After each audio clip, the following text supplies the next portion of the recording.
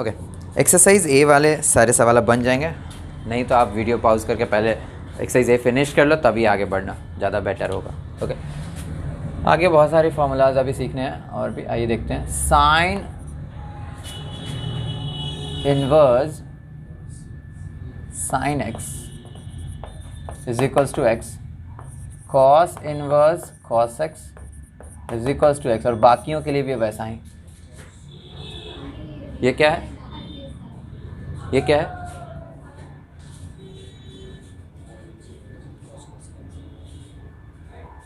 ये क्या है? ये फॉर्मूला है किसके लिए? क्या हमेशा किसी भी एक्स में ट्रू होगा? नहीं। किन एक्स में होगा अभी हम बात करेंगे। उसके पहले एक एग्जाम्पल आइए इस पर पहले लें। एग्जाम्पल से थोड़ा फीलिंग आएगा और उससे समझ में आएगा क्यों ऐसा हो रहा है। Sine verse sine pi by 6, sine pi by 6 मतलब साइन 30 डिग्री। तो साइन 30 का वैल्यू हाफ होता है। तो इसने क्या पूछा? साइन में इस एंगल पे क्या वैल्यू, हमने बता दिया। अब पूछता है इस वैल्यू पे क्या एंगल, इनवर्स मतलब उल्टा होता है, इस वैल्यू पे क्या एंगल? अरे तो वही 30 डिग्री ना। रमेश का घर कहाँ है? सुरेश के घर के सामने। तो सुरेश का घर कहाँ है? तो ऑफकोर्स रमेश के घर के सामने होगा।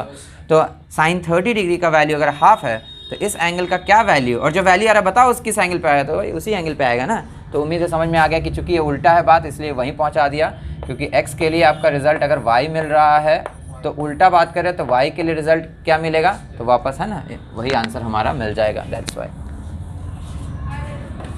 अच्छा, एग्जाम्पल हो गया, लेकिन ये हमेशा सत्य नहीं होगा। कैसे और क्यों, आइए एक और एग्जाम्पल देखते हैं, तब समझ में आएगा आपको बात। साइन हम अगर ले लें 2 पाई बाई 3 यानी 120 डिग्री, पीछे नीचे वीडियो तो नहीं कट रहा है, 120 डिग्री। 120 डिग्री का वैल्यू वही होता है जो साइन 60 डिग्री पे होता है, और साइन 60 का मान हमारा √3/2 होता है।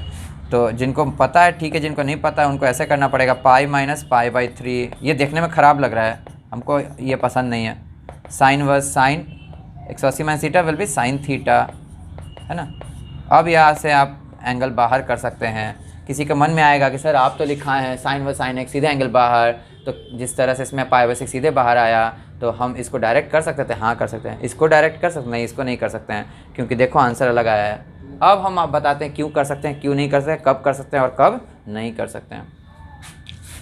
तो हम जानते हैं चूँकि यहाँ पर जो वैल्यू आया है उसमें इन्वर्स लगा है, और इन्वर्स हमेशा जो आउटपुट करेगा अपने रेंज में करेगा, और इन्वर्स साइन वर्स का रेंज होता है -π/2 टू +π/2, इसके बाहर कभी रेंज नहीं होगा, मतलब -90 से लेकर +90 केवल। तो यहाँ क्या ये दायरा में है? हाँ अपने रेंज के दायरा में है, इसलिए डायरेक्ट आप बाहर कर सकते हैं। लेकिन जहाँ यहाँ पे नज़र पड़ रहा है, या पाई का मान 180 रखोगे तो कैलकुलेट करके 120 डिग्री आएगा। अगर नहीं आपको समझ में आया कैसे 120 डिग्री है तो वीडियो पॉज करके पहले 180 रख के देख लो। 120 चुकी है, 90 के दायरा को लांग लिया, इसका मतलब है कि आप डायरेक्ट रेडीमेड इसमें नहीं लगा सकते हैं, क्योंकि कभी भी इसका आउटपुट, इन्वर्स का आउटपुट अपने दायरा के बाहर नहीं जा सकता है, रेंज के बाहर नहीं जा सकता है। तो ऐसे में हमें पूरा सॉल्व आउट करके रिजल्ट करना है। जिन लोगों को ये डायरेक्ट पता है कि हाँ हम इस तरह सिखाए थे 11 में, 120 का मान चाहिए, साइन 120 का मान वही होता है जो साइन 60 का मान होता है, क्योंकि 180 से कितना दूर, 60 दूर, है ना। तो साइन 60 का मान √3/2। अभी हम क्या क्या बोल दिए, जो 11th हमसे नहीं पढ़े उनको थोड़ा तकलीफ हो सकता है, या वीडियो बार बार प्ले करके देखिए, अगर समझ गया तो ठीक, नहीं तो अननेसरी नहीं करने का दिमाग लगाने की ज़रूरत है। ये वाला आपको तो पता ही होगा, है ना। और उसके बाद फिर आप क्या लिखते हैं, √3/2 60 डिग्री पे होता है, सो π/3 वैसे भी आपका आ जाता है। तो फिर से एक बार हम फिर से रिपीट कर दें इस बात को। करना क्या है आपको, क्योंकि इतना ही रिपीट इसलिए करें कि इस वीडियो पर एक सवाल तय, मान लो एकदम 1 मार्क्स का एटलीस्ट सवाल रहना ही रहना है, ऑब्जेक्टिव में रहता ही रहता है, बहुत हद तक 90% चांस है।